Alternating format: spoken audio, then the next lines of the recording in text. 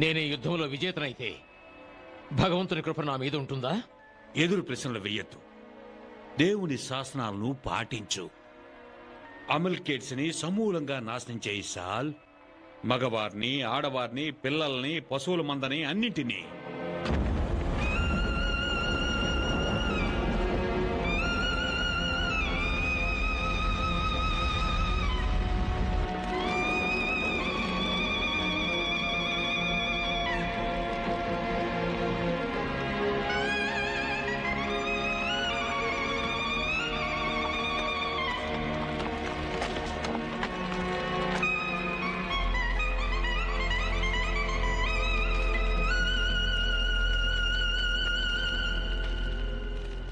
గొప్ప రాజువే, బలవంతుడివే, నా సైన్యాన్ని నాశనం చేశావు. మరణం గురించి నాకిప్పుడు భయం లేదు. ఈ మనిషి ఇంకా ప్రాణాలతో ఉన్నాడేంటి? వీడి పశువుల మందలను కూడా వదిలిపెట్టద్దు. నా వాళ్ళకి ఆకలిగా ఉంది, వాళ్ళకి మాంసం కావాలి. ఎగాగు ప్రాణాలతో ఉంటే నాకు చాలా ఉపయోగం. నన్ను నమ్ము శామ్యూల్, అంతా మన మంచికే.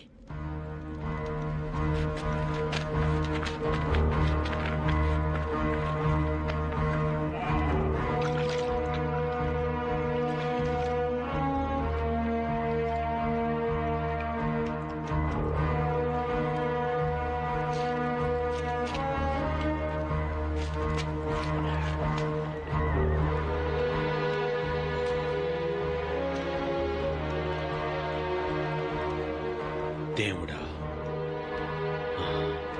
నా దేవుడా,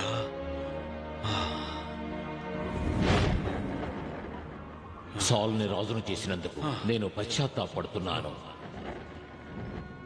అతను నన్ను అనుసరించడం మానుకున్నాడు, నా శాసనాలను పాటించలేదు.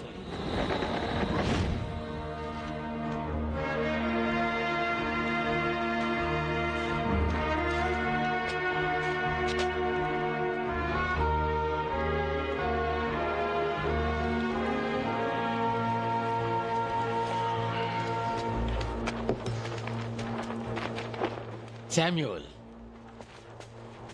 నీకు శుభాకాంక్షలు. ఆగు. దేవుడేం చెప్పాడో నీకు చెప్తాను. చెప్పండి. నువ్వు చిన్నవాడివైనా నీ దృష్టిలో నిన్ను ఇజ్రాయెల్ మొత్తానికి రాజును చేయలేదా? చేశారు. ప్రభు ప్రతిఫలంగా నిన్ను కోరింది ఆయన శాసనాలను పాటించమని. కానీ నువ్వు క్రూరుల్లా ఆయన మాటల్ని ఖాతరు చేయలేదు. దేవుణ్ణి తిరస్కరించావు. ఇప్పుడు ఆయన నిన్ను, నీ సామ్రాజ్యాన్ని తిరస్కరిస్తారు. శామ్యూల్, నేను పాపం చేస్తే అది నా సైనికుల ఆకలి తీర్చడానికే. అవును, నేను పాపం చేశాను. శామ్యూల్, నన్ను కాపాడు, నాకు సహాయపడు. దేవుడు నన్ను క్షమించేటట్టు చెయ్యి. మనిద్దరం కలిసి దేవునికి నైవేద్యం పెడతాం. దేవుడు నైవేద్యానికి లొంగిపోతాడా? లేక తన సేవకుడు తన నిర్లక్ష్యం చేశాడన్న విషయం మర్చిపోతాడా? ఇజ్రాయెల్ ప్రభుతో బేరవాడమే. నీ వరలోని ఖడ్గం స్త్రీలని బిడ్డలు లేని వాళ్ళగా చేసింది కదా, అలాగే అవుతుంది నీ తల్లి పరిస్థితి కూడా. ఎందుకంత ఆగ్రహం? లేదు, ఆగ్రహం లేదు, నా భయం. దేవుడు నీకిచ్చిన సామ్రాజ్యాన్ని నువ్వు పోగొట్టుకున్నావు. నేను దాన్ని అర్హుడైన మరో వ్యక్తి కోసం నేను వెళ్తున్నాను. నువ్వు మరణించే వరకు నేను నీకు కనబడ్డావు. వద్దు శామ్యూల్, శామ్యూల్ ఆగు.